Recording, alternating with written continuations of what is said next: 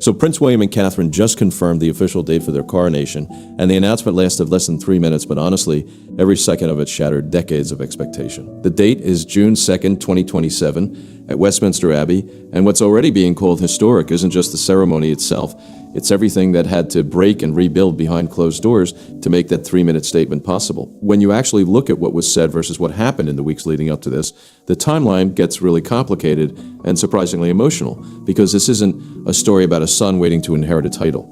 It's about a living father agreeing to hand over the crown while he's still very much aware of what that means, and a family trying not to fracture under the weight of a transition that nobody ever really planned for.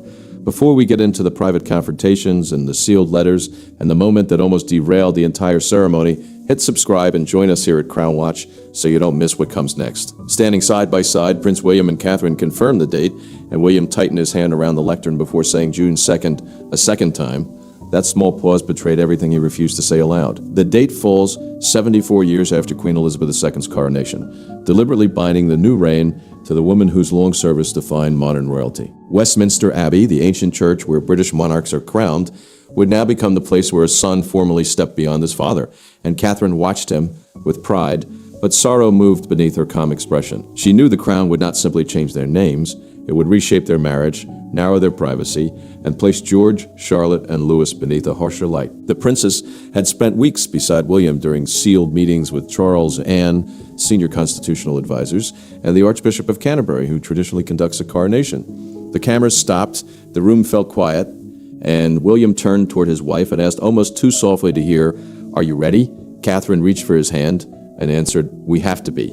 The prince held her gaze, understanding that courage did not mean either of them felt unafraid. Charles heard those same words from a private room at Clarence House. The king lowered his glasses, stared at the silent screen, and said nothing. His formal decision to relinquish the throne had made the announcement possible, yet hearing the date spoken publicly transformed private agreement into irreversible history. Beside him rested a sealed coronation file, the official collection of plans governing the ceremony, succession, and transfer of royal authority. Charles finally opened it, and one line had been crossed out in black ink, with a replacement date written beneath it by hand. June 2nd had not been the first choice. The original ceremony was planned for months later, until a confidential disagreement forced William to demand an earlier transition, and that dispute cut deeper than any advisor publicly understood. The nation had been given a date, but behind the calm announcement stood 4 people whose private sacrifices had made that moment possible, and whose loyalties were about to be tested. Behind every coronation stands a family forced to surrender something the public will never see. William must inherit while his father is still alive. Catherine must become queen while protecting children who are already watched by the world. Charles must release the institution that defined his entire existence, and Camilla must face a future in which her influence ends the instant another woman receives the crown. William had prepared for kingship since childhood, but preparation had never included this. He had imagined the crown arriving through grief, not through a living father stepping aside while still able to hear the bells announcing his replacement. That difference mattered because it turned duty into guilt and victory into something dangerously close to betrayal. Catherine felt the same pressure in another form. She would become queen, the monarch's crowned partner and the senior woman of the new reign, yet she still had 3 children who needed protection from the machinery surrounding them. After the announcement, she entered George's room and found him reading public reactions on a tablet. She gently closed the screen and told him, "You are still allowed to be a child." The young heir looked at her and asked whether that would remain true after the coronation. She promised it would, even though she knew the crown had already begun changing his life. That's where it gets really honest, because Catherine wasn't just comforting her son, she was making a promise she wasn't entirely sure she could keep, and that tension follows her through every decision that comes next. Charles sat alone with the red boxes he had opened throughout his reign. These are the locked cases carrying official state papers requiring the sovereign's attention, and the king placed one hand on the final coronation briefing, then asked an aide to remove it. He believed stepping aside would protect the monarchy from uncertainty, but another fear tortured him. History might call his sacrifice failure. Camilla understood that fear because her own future was narrowing. At Clarence House, she poured tea for Charles and asked whether June 2nd had truly been William's choice. The monarch did not answer immediately, and that silence told her enough. The date had emerged from pressure, not complete agreement, and she realized her influence would end the moment Catherine received the crown. Anne refused to let private pain become public damage. During a documented family consultation recorded by the private secretary, the Princess Royal warned her brother that visible hesitation could weaken both reigns. Charles listened, but his expression hardened when she told him that dignity now depended upon complete support for his son. Catherine carried another secret during all this. A trusted palace custodian had given her a private letter written by the late queen for the woman who would one day follow her as the monarchy's senior female figure, and she had not opened it yet. William soon received a more immediate warning. Charles would support the coronation, but only if one final condition was accepted. To understand why a father would place conditions upon his son's coronation, the story has to return to the private ceremony that transformed uncertainty into a point of no return. The path to June 2nd did not begin with a public announcement or a constitutional document. It began during a private service at St. George's Chapel when Charles missed a crucial ceremonial movement and William stepped forward without being instructed. For 12 silent seconds, father and son stood beneath the same vaulted ceiling. While every senior royal understood the truth, the crown had already begun moving before anyone dared admit it. Charles had fought for months to maintain the pace expected of a sovereign. He continued opening state papers, attending formal audiences, and appearing at ceremonies even when exhaustion followed him back through palace doors. William had quietly absorbed more of that burden, taking additional briefings, investitures, diplomatic receptions, and constitutional consultations. An investiture is the formal ceremony where honors are presented in the monarch's name, while constitutional consultations are private discussions about the lawful duties of the crown. Every task the prince accepted protected his father, but it also made the transfer of power feel more real. The breaking point came during a closed order of the Garter rehearsal at St. George's Chapel. The ancient order is Britain's highest and oldest order of chivalry, and its ceremony depends upon precise movement, timing, and rank. Charles reached the appointed place, then stopped. He looked toward the wrong side of the chapel and failed to respond when the next movement began. William stepped beside him, whispered the correct instruction, and completed the sequence. Anne immediately signaled for the musicians to continue, hiding the interruption before it could spread through the room. Charles waited until they reached the vestry before turning on his son. The small private chamber used by clergy and ceremonial participants offered no protection from the anger in his voice. He accused William of looking too ready to take control. The prince clenched his ceremonial gloves and answered that he had acted because his father looked frightened. That single word wounded the king more deeply than any public criticism could have done. Catherine found William alone afterward, still holding those gloves so tightly that the leather had folded across his palm. He admitted that helping Charles had felt like betrayal because every instinct told him to protect his father, while every duty demanded that he prepare to replace him. She reminded him that stepping forward had prevented humiliation, but the future king could not escape the guilt. Anne confronted Charles later through a recorded private family consultation. She told her brother that the chapel incident was not humiliation, it was a warning. A controlled transition could preserve his dignity, while a sudden crisis could destroy it. Charles acted that night. He ordered constitutional advisors to prepare two plans, a regency meaning a temporary transfer of royal duties, and voluntary abdication, the permanent surrender of the throne. The original coronation date was set for autumn 2027, but William opposed the delay after receiving a confidential security and health assessment.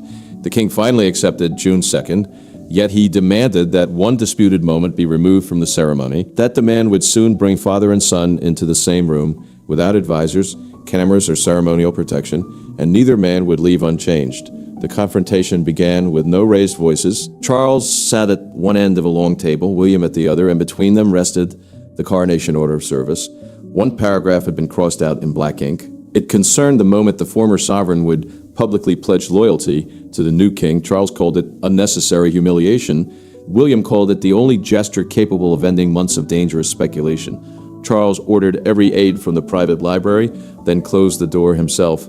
The room belonged to father and son now, and the order of service, the official document setting out each stage of the coronation ceremony, lay between them like a challenge neither could avoid. The king pointed to the crossed-out passage and said he would not kneel before his own child while millions watched. William held his anger in check. He argued that the pledge was not designed to shame Charles, it was meant to give the country absolute clarity. Britain needed to see that the outgoing sovereign accepted the new monarch without hesitation, because even one uncertain gesture could feed rumors of division, resistance, or a crown transferred under pressure. Charles pushed the document across the table and said, "You have prepared to receive it. You have never prepared to release it." The monarch's voice remained controlled, but the words carried years of sacrifice. His reign, however brief history might call it, had consumed his identity. Kneeling would reduce all of that to one image of surrender. William stood so suddenly that his chair moved backward. He admitted that he had spent his life preparing for the death of a parent. He had never prepared for something more painful, replacing a father who remained alive, aware, and able to hear another man called king.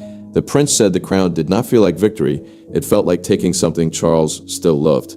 The confession changed the room. Charles looked away and the fury in his face weakened, yet pride held him still. For For nearly 2 hours, neither man surrendered the point. Catherine entered only after an aide told her the meeting had gone silent. She found the document between them and exhaustion on both faces. The princess refused to choose a side. Instead, she asked whether either man wanted the first lasting image of the new reign to be one of resentment between father and son. Charles finally offered a compromise. He would make the pledge while standing, recognizing William's sovereignty without appearing conquered.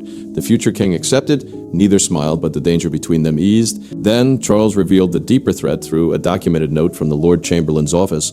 Someone inside the household had already contacted senior coronation organizers and attempted to change the program without authority. The argument between father and son had reached a compromise. But the greater battle was unfolding through private offices, ceremonial committees, and the person who still believed she could reshape the succession. Royal power rarely announces itself with shouting. It moves through altered schedules, private telephone calls, revised guest lists, and names quietly removed from official documents. As William and Catherine prepared to inherit the crown, a second struggle unfolded behind closed doors. Camilla had no authority to stop the coronation, but she still possessed relationships built across years, and she intended to secure Charles's place before the new reign erased her influence. The Coronation Planning Council controlled far more than ceremony. It decided the order of service, official roles, invitations, transport security, and the public shape of the transition. William would become sovereign once the abdication instrument, the legal document ending Charles's reign, took effect. But until that moment, the king still held formal authority. That narrow gap created space for influence, and Camilla used it. The Queen Consort privately contacted the Lord Chamberlain's office, the royal department responsible for major ceremonies and palace arrangements. Through a documented request sent to senior organizers, she asked for Charles's role to be expanded and for a permanent ceremonial position to be created for him after abdication. She also proposed that they enter Westminster Abbey immediately before William and Catherine, preserving the old hierarchy even as the crown changed hands. Catherine discovered the alteration while reviewing the latest procession papers. Her arrival had been moved several minutes earlier. Without explanation, she marked the page, closed the folder, and told her secretary not to alert William yet. The princess wanted one conversation before the dispute became a confrontation. Camilla met her privately and defended the request without apology. Catherine told her the ceremony could honor the past without weakening the authority of the future. The Queen Consort answered that gratitude should never be confused with erasure. Her voice remained steady until Catherine asked what she truly feared. Camilla's control broke. She admitted in a recorded private conversation preserved by the household secretary that she feared becoming irrelevant the instant another woman was crowned. She had fought for decades to gain acceptance, and now she believed the new reign would reduce her to a footnote. Catherine listened, but refused to surrender the principle at stake. Personal fear could not be allowed to distort constitutional clarity. Anne intervened before the conflict widened. The Princess Royal told the organizers to remove every unofficial revision and restore the approved procession. She warned that mixed signals would make the transition appear contested, damaging both Charles and William. Charles learned what had happened through the amended planning file. The king felt betrayed, not because Camilla wanted to protect him, but because her actions made him look unwilling to release power. The final plan gave him a dignified entrance before the wider family, while leaving William and Catherine as the undisputed center. The procession was restored, yet the cost of that victory became clear when Charles returned home and confronted the woman who had tried to protect him without his permission. The public saw rehearsals, polished statements, and a monarchy moving forward with discipline. Inside Clarence House, the atmosphere was far colder. Charles returned from his briefing, placed the revised procession plan on a table, and asked Camilla one question. Why had she acted in his name? Her answer did not begin with politics. It began with fear, the fear that when William became king, the life they had built would disappear overnight. Camilla admitted that she believed palace organizers were already treating Charles like a retired figure before his reign had officially ended. The Queen Consort said every altered schedule and shortened appearance felt like a warning that he was being removed before he had chosen to leave. The revised procession plan, the document deciding where each royal would stand and enter during the coronation, had seemed to her like one final chance to protect his dignity. Charles did not accept the defense. He told her that the intervention had strengthened the exact suspicion he was trying to destroy, that he would not release the throne peacefully. Then the king removed his signet ring, the personal seal traditionally used as a symbol of royal identity and authority, and placed it beside the program. Symbols become dangerous, he said, when people value them more than trust. Camilla left without replying. She sat alone in the adjoining corridor while aides passed at a careful distance. No one approached her. The silence hurt more than rebuke because it confirmed that her influence had already begun to shrink. William learned of the confrontation through a documented briefing from the household secretary. His first response was severe. He wanted Camilla excluded from every remaining planning meeting. Catherine stopped him. She warned that punishment could turn a constitutional correction into a personal war, and that the new reign could not begin by humiliating those it claimed to reconcile. Catherine went to Charles herself. She told him that William's accession did not require his disappearance. It required his visible confidence in those who would follow him. The monarch finally admitted that watching his son prepare felt like seeing his own life converted into history while he was still living it. She answered that history would judge how he left power as deeply as how he used it. The fallout came quickly. Coronation papers were placed under tighter control. Every alteration required direct approval, and informal household channels were removed from the process. The change protected the transition, but it also exposed how little trust remained. George overheard part of a family discussion and later asked William whether becoming king meant losing his father. The prince froze. His son's question revealed that the children were absorbing every silence, every closed door, every strained conversation.